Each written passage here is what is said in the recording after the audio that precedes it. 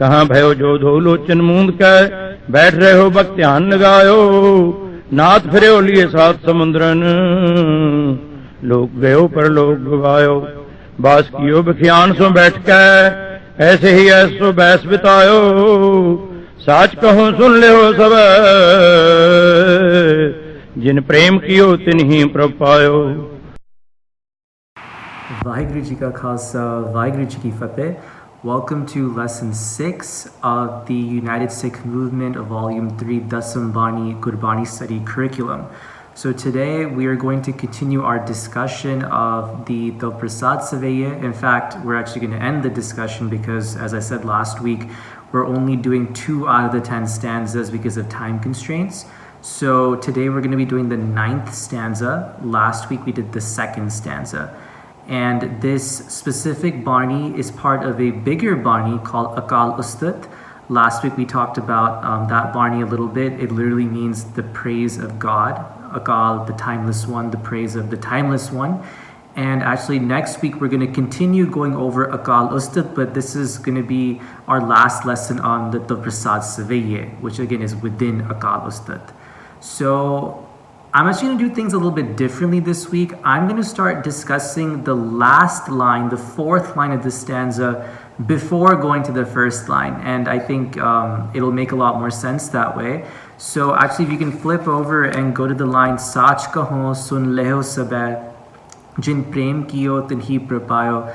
I want to go over that line just for a few minutes first, then go back to the 1st line, and then continue back to where we started from with this line. So I hope that makes sense. Let's get started. So this line, Sach kahon sun leo sabe, is an extremely important line, not just within Dasam Granth or within Guru Gobind Singh Ji's Bani, but overall in Sikhi and Gurbani altogether. This is a very important and famous line. You might have heard Ragis singing this Shabad in Gurdwaras. This is sung a lot. It's a very common line and very important. And literally, you have the translation there. Guru Gobind Singh Ji is saying that at the end of the day, one can only achieve spiritual salvation if one has love for God. At the end of the day, nothing else matters but love for God. So if one has love for God, they can reach God. They can attain salvation. But without love, no matter what they do, they cannot attain salvation.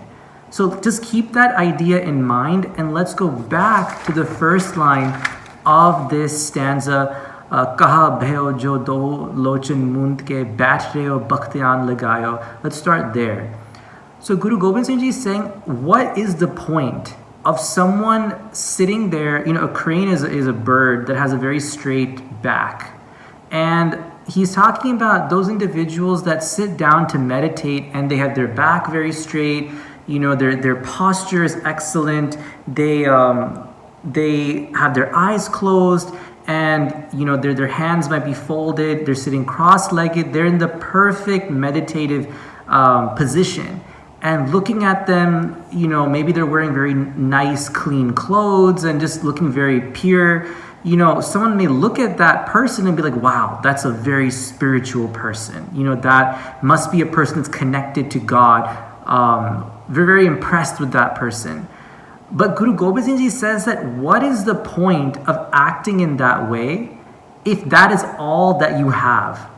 If all that you have is that image, that look, that physical position of meditating, but your meditation does not lead to love for God. Remember the 4th stanza, 4th line we just talked about, love is all that matters. So the Guru Gobind Singh Ji is saying here is that if all that you have is sitting like a crane with your eyes closed, meditating, but that does not lead to any love for you, if it's just empty, if it's just for show, if it's just you're doing it for the sake of doing it without any love or feeling behind it, what's the point? Right? What is the point of doing this? Now, if you're meditating within that position, in that posture, but it's leading towards love for God, if you're doing it out of love because you want to connect with God, then that's a good thing. But here Guru Gobind Singh is referring to the idea of those that are doing it just for show, or those that are doing it out of empty sort of check the box, or just, I need to do this, I'm going to get it out of the way. They're not doing it to increase their love for God. They're doing it because they see it as a chore or a way to impress other people. They're not doing it for the purpose that the Guru intended them to do it.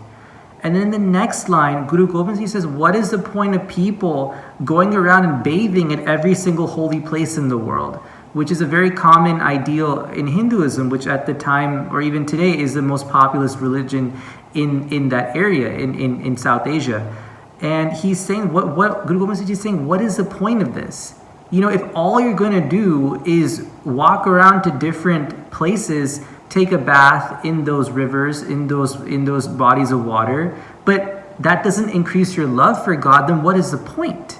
What is the point of that ritual if that is not going to increase your love for God? And he says as well in the same line that this person loses in this world and in the next world. Now, what does it mean to lose in this world in a spiritual context? It means that you did not achieve the purpose of your life, which is to achieve spiritual enlightenment. So you came into this world and you were not able to reach God during your lifetime. That person is considered someone that lost in this lifetime. So Guru Gobind Singh Ji says that if all you're going to do is bathe around in different locations and there's no love behind it, it doesn't lead to any love for God, then you lose in this world. You're unsuccessful. You do not achieve what you were meant to achieve. You leave empty-handed. So someone that does this, someone that just meditates with their back straight, with no love behind it, both of these people unfortunately lose in this world. And as a result, obviously, they lose in the next world because they don't achieve enlightenment. They get reborn as a result. They do not achieve mokh duar. They do not achieve spiritual salvation. In the third line, Guru continues with an idea of, talking about different concepts that aren't productive spiritually. Different actions that one can do in their life that are not productive spiritually. So for example, meditating without love, going to different places to take baths that don't lead to any love. And this third idea here is the Guru Gobind Singh Ji says that what is the point of sitting down and talking with people that have vices with them, people that take you away from God? Because this person is going to waste their time. Right? So the Guru is saying, what is the purpose of spending your time with Sangat that is quote unquote vice-filled, that is bad, meaning it takes you away from God. So here, those people that distract you from getting closer to God, that actively encourage you to go in the opposite direction, that teach you values and morals that are contrary to Gurmat, that take you away from that path, that is what the Guru is talking about. He's saying, what is the point of spending time with people like that? Because they're not helpful to you. You're wasting your time. Our time is limited in this world. Every single second counts. So the Guru is saying, what is the point of that? Just like we talked about how meditating with a straight back without any love does not have any point. Similarly, taking a bath in many places that doesn't lead to love for God, it doesn't have a point. And here, if you're spending all of your time, or at least a significant portion, with people that take you away from God, that is not going to lead you to love for God, right? Instead, the Guru is saying, you know what? Don't waste your time here. Spend your time with people that lead towards love for God. This is the idea of Sangat, the idea of having a positive community around you, to be surrounded by positive people that encourage you and guide each other to reach spiritual salvation, to fall in love with God. That is the Sangat that a Sikh ideally should be surrounding themselves with. Not with people in this line that Guru Gobind Singh Ji talks about. The Guru says these are the people that a Sikh should try to stay away from in terms of spending their time with, right? Spend your time with people that encourage you to reach the Guru, to fall in love with God, not people that discourage you or that do things contrary to what you want to be like. because Sangat affects us. The people you surround yourself are a reflection of your own values and beliefs. So if you surround yourself with if you surround yourself with a group of people that all exhibit certain value systems, it's very likely that you have the same value system yourself, because we generally surround ourselves with similar types of people. So the Guru is saying, realize that Sangat is important and don't waste time spending the precious amount of time that you have left in this world with people that will take you away from falling in love with God. And in the last line, the most important one, the one that we started with in this video, Guru Gobind Singh Ji says that at the end of the day, none of these practices matter, none of these rituals matter if there's no love for God. Only those that have love for God and as a result His creation can achieve Him, can achieve spiritual enlightenment. If you do not have love for God, you cannot be one with God. If you cannot have love for all of His creation, you cannot be one with Him either. So of course the idea arises, okay, love is important, but what is love for God? How can I show love for God? You know, anyone can just say, I love God. Oh, I have love for God. Yes, I love God. Absolutely, I do. Okay, well, how do you actually know if that love is genuine? They're not just words coming out of our mouth. How do you prove your love? How do you show your love for God? And the way that Gurbani says you show your love for God is by exhibiting and following the Guru's value system. So throughout Gurbani, the Guru teaches us different ideas and concepts and characteristics that a Sikh is supposed to exhibit during their life. So items such as, being a kind person, doing seva, helping everyone in need, keeping rehat, avoiding alcohol, doing our nitnem, learning kirtan and rag, meditating. All of these items are important to fall in love with God. The Guru says that God wants us to do all of these things. And if we truly love God, we're going to say, you know what, if you want me to do this, I will happily do this. And if God says, you know what, I don't want you to be mean to others. I don't want you to discriminate based on any characteristic. I want you to treat people equally.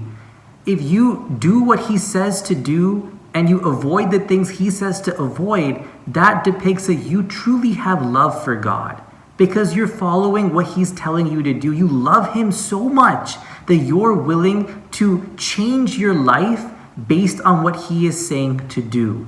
So in order to show that love, to develop that love for God, we need to act and think in a way that He says we should act and think. And again, Gurbani is the source where we can learn how to act and think in what certain way. What characteristics are good for us? What characteristics are not good for us?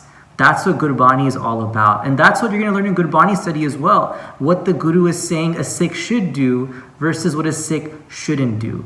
So in order to fall in love with God, to show God that we love Him, we have to walk on that path. We need to show trust to God. We need to follow what He says, to act in a way that He would be proud of us, that He would want us to act. Again, to do seva, to keep rehat, to be compassionate and kind and help people, to be sweet with each other, and to avoid being angry and jealous. The list goes on and on of the characteristics that we should be avoiding and the characteristics that we should be applying in our life. So the Guru says that once you show and you fall in love with God, that is the only way you can achieve Him. That is the only way you can obtain Him in this lifetime. So with that, we are going to finish the Prasad Savaya, but we are going to continue Akal Ustat next week. So we're not done with the larger Bani, but the smaller Bani, the Prasad Savaya, which is within Akal Ustat, we are going to end today. Again, there are 10 stanzas. So I encourage all of you to go, look at a Gutka, go online or look at a Gutka app and read all 10 Savaya. They're very, very powerful. And again, they're part of our nitnem. It's a Bani that a Sikh is technically supposed to be reading or listening to on a daily basis. And again, it is a shorter Bani, so it is, it won't take you a long time either. So I encourage you to read through the entire Bani, read the translations, and please continue your learning even outside of this course. We're just giving you a little bit of a preview of all of these Banis. And with that, I will see you next week. Vaheguru Ji Ka Khalsa, Vaheguru Ji Ki Fateh.